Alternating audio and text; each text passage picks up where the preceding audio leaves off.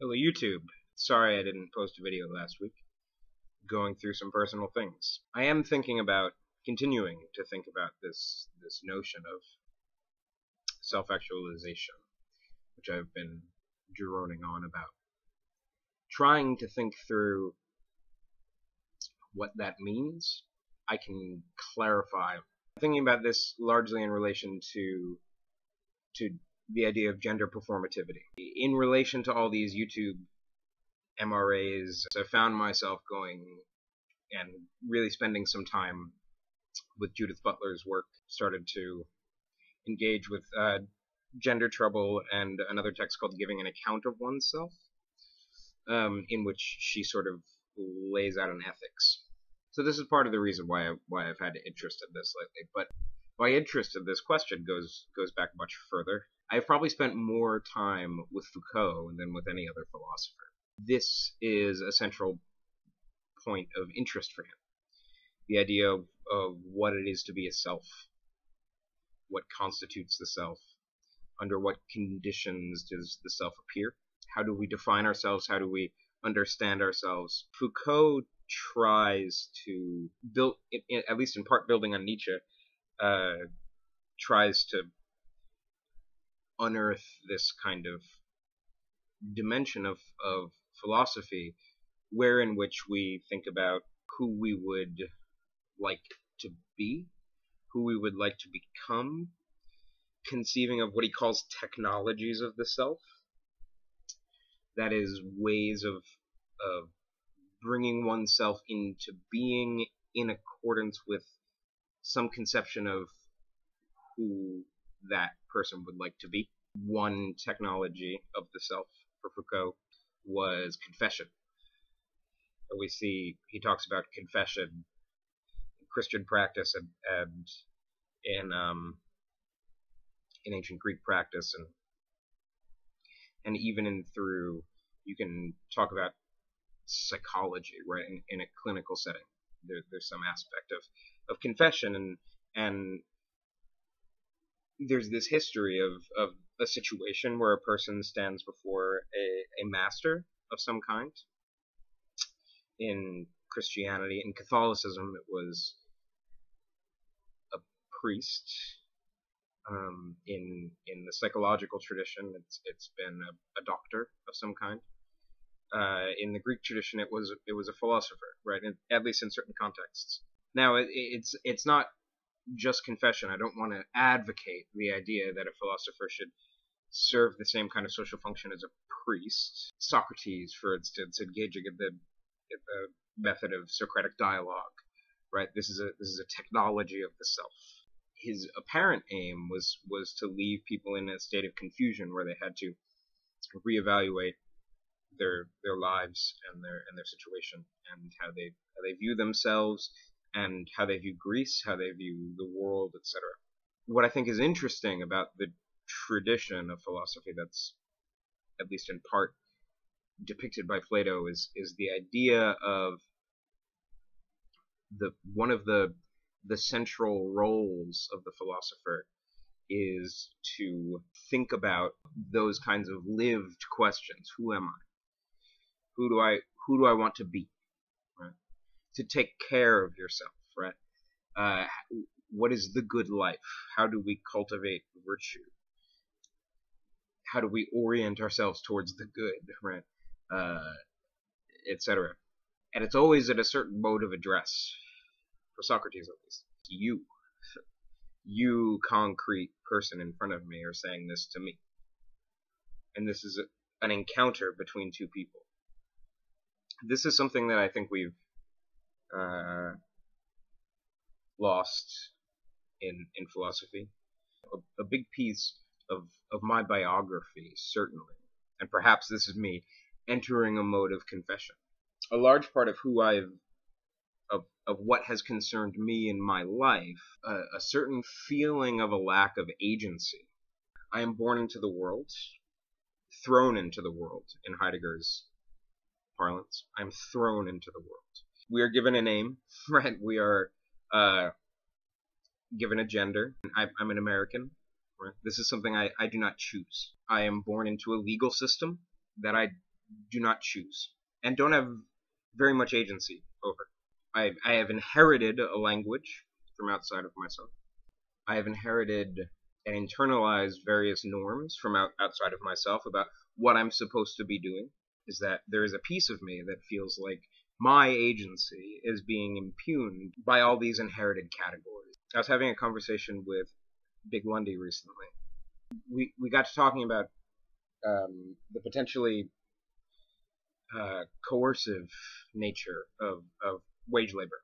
And I said that, in some moods, I simply resent the fact that at some point it was decided, without my consent, every person within a certain culture, except for a potentially privileged few, is going to have to do a certain set of things to survive, and those things entail subjugating ourselves to power relations. I am in a power relationship with my boss. My boss has the capacity to dramatically disrupt my life. So I have to enter into a series of power relations in order to even survive, right? I have to sacrifice, right? I have to give up some aspect of my agency in order to establish the conditions for my survival. The terms of this implicit agreement are something that I had no input into. And this is something that I resent. And so there's a piece of me that always resents the fact that I have to have a job. I feel that way in my more angsty moods, but in other moods, I feel like feeling that way is like resenting physics because I can't fly.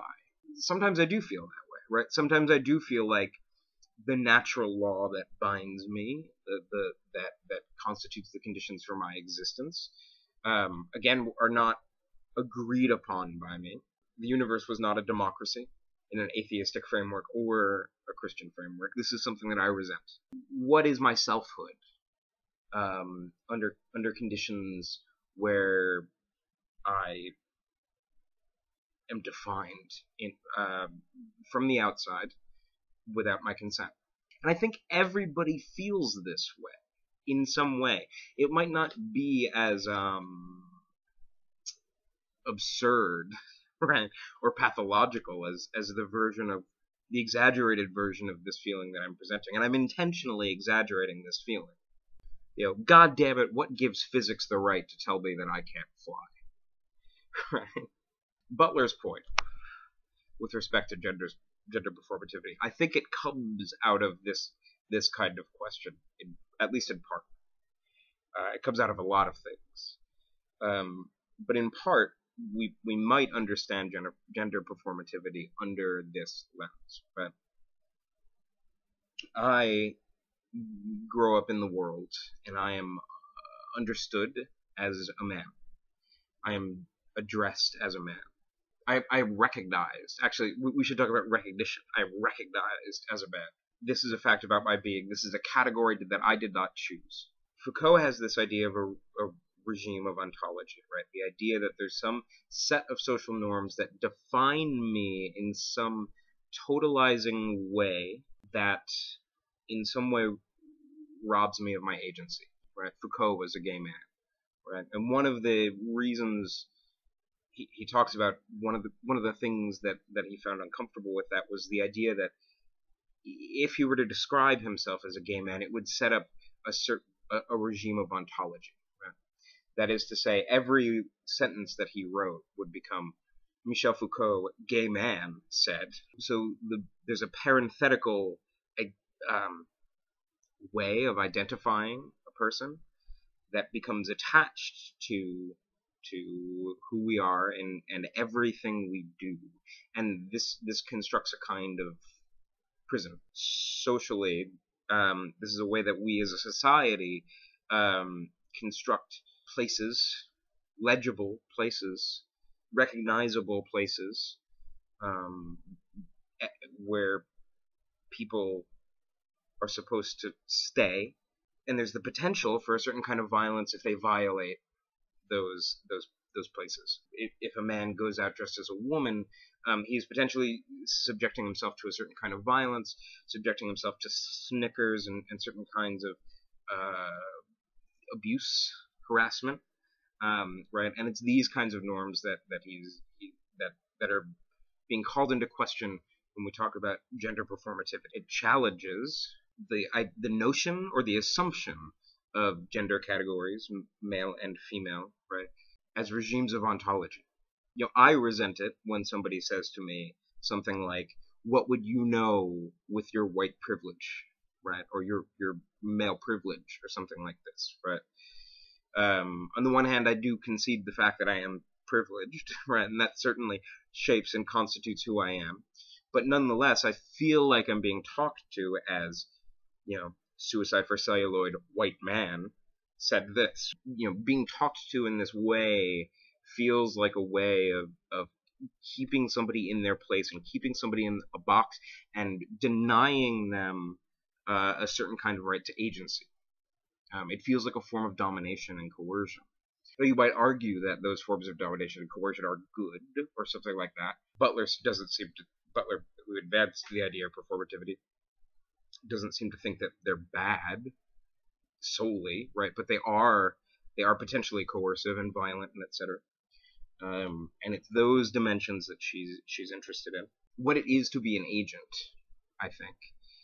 What it is to be a subject, what it is to be to self-actualize, entails some kind of critical interrogation of those kinds of categories.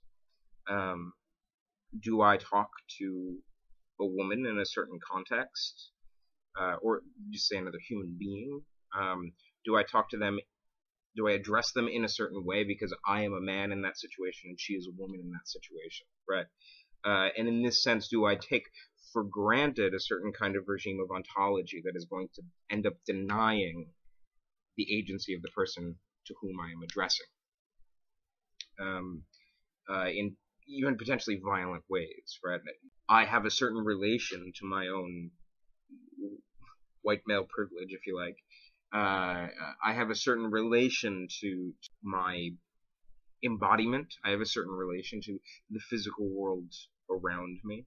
And that relation is difficult, right? And constantly having to be renegotiated, rearticulated, redescribed. And in this way, I think there's an aspect when we think of selfhood, think of some notion of becoming, right? What is it to become a self? To undergo this kind of process, to undergo a process of critical self-examination that is tied to spheres of politics and metaphysics and science and ethics and all of these different things, to embody a set of values and practices and beliefs and desires, etc. So yeah, have a good day.